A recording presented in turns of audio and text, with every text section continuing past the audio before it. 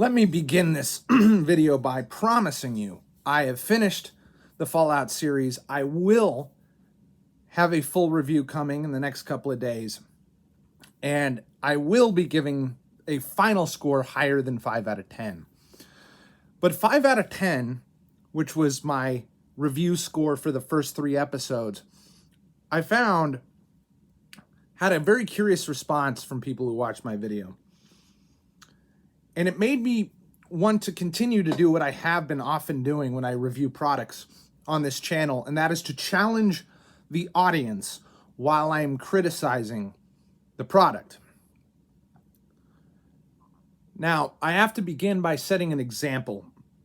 And some of you who watch my channel will be very familiar with this personality, and some won't. And it'll sound irrelevant at first, but it'll make sense in a second. There is a man on Twitter who's a racial activist by the name of Tariq Nasheed. Tariq Nasheed is a very curious individual because he's not just your typical Reverend Sharpton or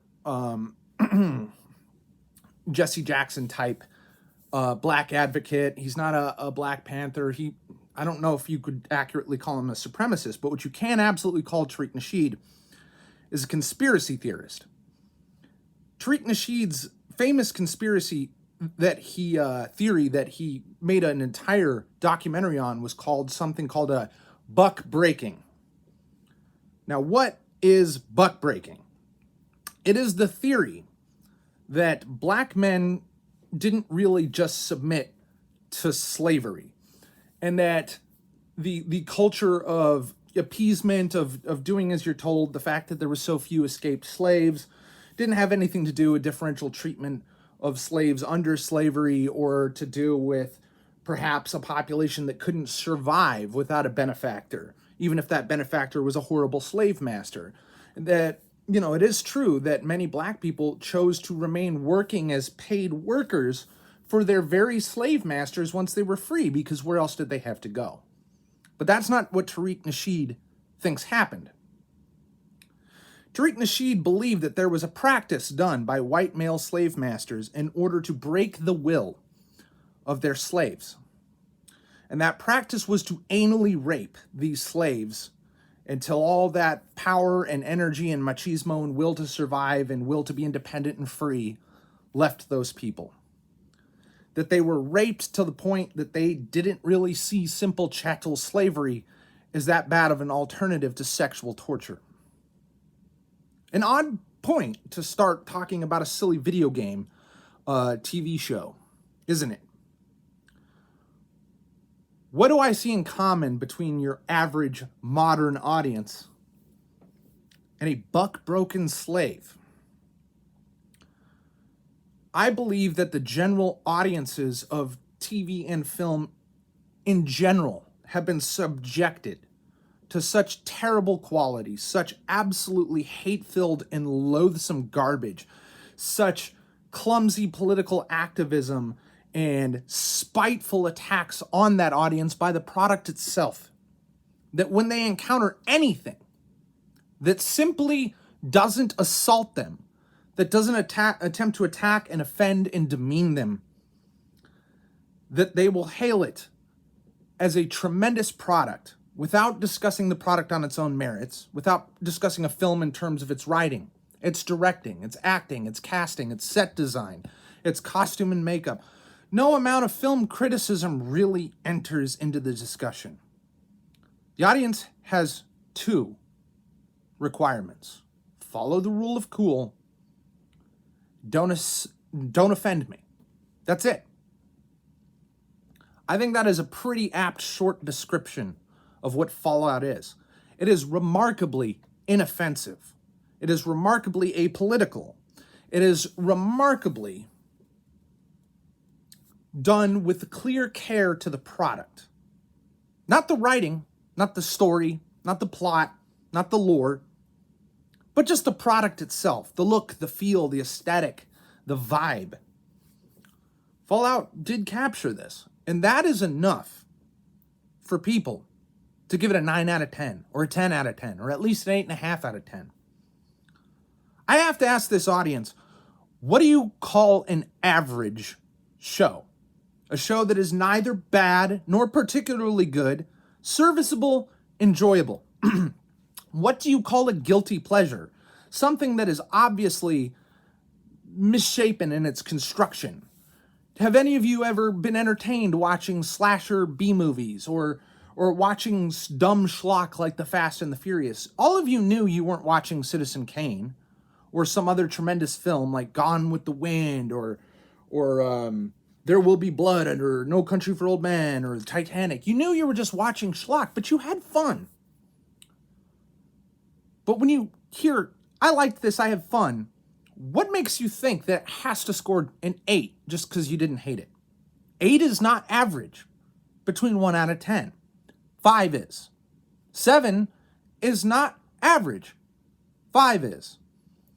A bunch of you grew up watching critics who gave everything 2.5 stars or 3 stars out of 5, but that is a 50% score and a 60% score right there, the equivalent of a 5 or a 6.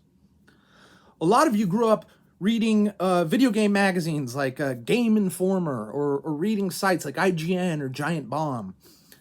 And unless a product was such an atrocity, such a complete and utter failure, such an offensive pile of trash, what is the minimum score of probably what was a fairly bad game? A 6 out of 5, 6.5 out of 10. How many bad games or average, dare I say mediocre games have you ever seen rated? 8 out of 10, 9 out of 10. How many times can you see, say, a sports franchise that has a monopoly on the coverage of soccer or American football, like the Electronic Arts franchise? How many times have you watched them release the same product over and over again? How many times have you seen them refuse to innovate or iterate on their product and basically release the same game over and over again, just with new bugs? How many times have you seen Bethesda use the same fucking engine that they made Fallout 3 with in 2006, nearly 20 fucking years ago? This is almost the equivalent of somebody making Grand Theft Auto 5 on the engine used to make Super Mario World for the Super NES. In terms of technical innovation and iteration and advancement in gameplay.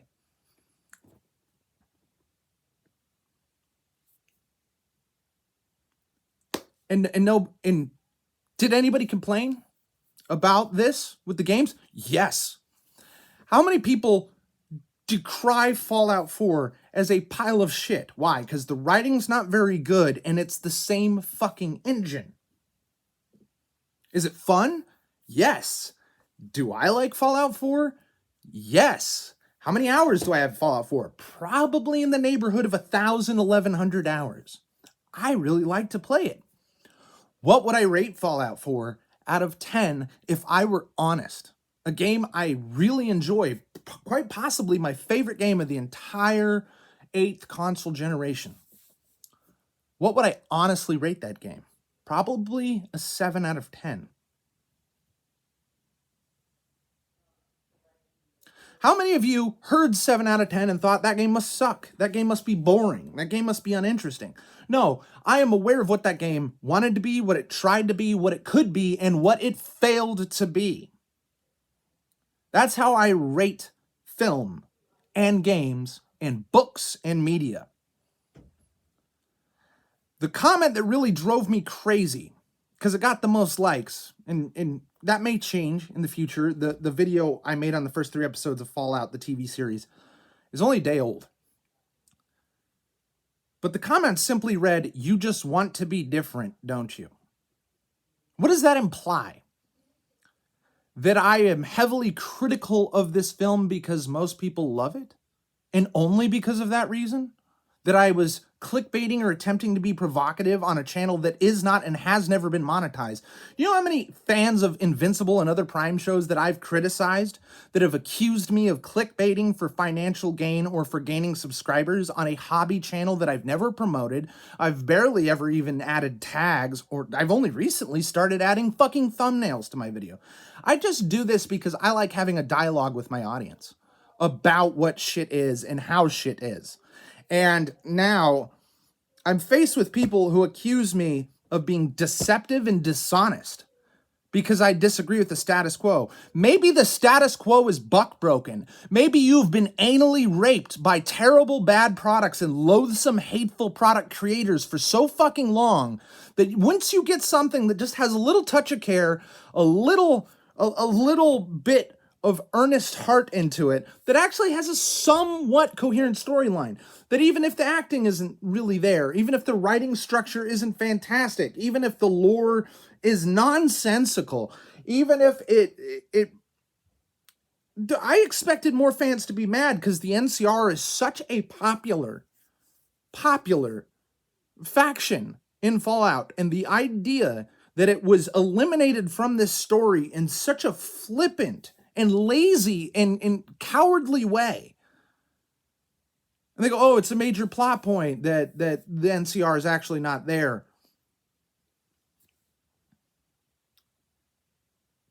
The NCR is a territory that spans 3 states, several large cities, millions of people, but the NCR doesn't exist because one city was removed from the equation? That's good enough for you? I will be reviewing, probably in a half-hour plus video, with spoilers, the entirety of this show coming up fairly soon. But this is a letter to the audience. All I'm asking you for is to have higher standards, and to be honest, this show is not a 9 out of 10, and that's not a matter of subjectivity. Your enjoyment is not demonstrative of the construction of a film or a story or a product or the whole cinematography, anything.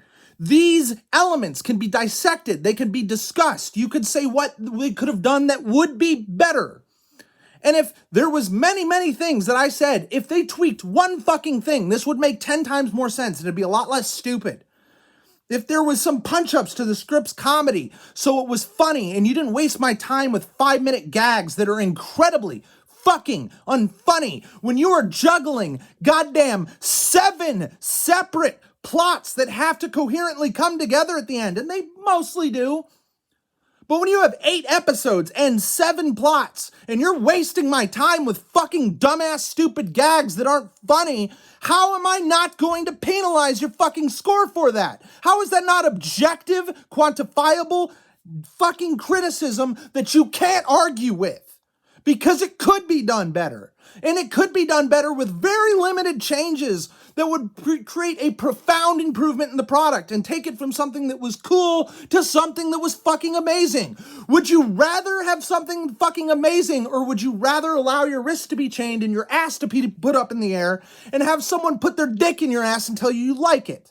Well, Fallout is not that bad, but it could have been. And how many of you fucking soy boys would have loved it anyways? Just because they got the T-60 power armor looking right. Just because there's a fucking Yao Guai in it. Just because they suited your favorite fan theory about the real nature of Vault Tech and the Great War. I'm not going to go into any further spoilers than that until my next and probably final video on this topic. But just the fact that you people can't even criticize something that's not bad, but it's 9 out of 10 just because it isn't dog shit? You think I'm being selfish? Or am I actually looking out for your best interest? That you can have better if you demand it. You can have so much fucking better if you're aware of what you could have. If the scope of your fucking idea of what film and storytelling actually is extended beyond the Harry Potter series and the Marvel movies, if you actually watch some challenging, gripping fucking art, I'm not even trying to be a snob here. I'm saying the world is at your fingertips. It's never been easier to get and digest good shit. It's out there, free for the taking. And it's the standard that everything should be measured against.